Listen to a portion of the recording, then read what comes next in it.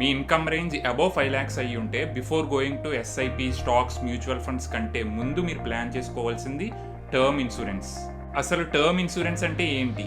దీన్ని మీకు ఒక స్టోరీతో రిలేట్ చేసి ఎక్స్ప్లెయిన్ చేయడానికి ట్రై చేస్తాను. లెటస్ సపోజ్ మీరు ఒక ఫ్యామిలీని ఫ్లోట్ చేశారనుకుందాం and you are happy with your family. ఇప్పుడు ఒక మిస్ఫార్చ్యూన్ జరిగి unfortunately you met with an accident and you are spot dead అనుకుందాం.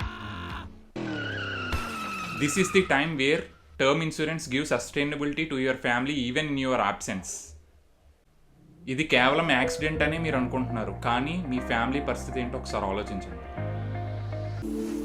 యాక్సిడెంట్ అంటే బైక్, కారు రోడ్డు మీద పడటం కాదు పరం, ఒక కుటుంబం మొత్తం రోడ్డు మీద పడిపోవటం.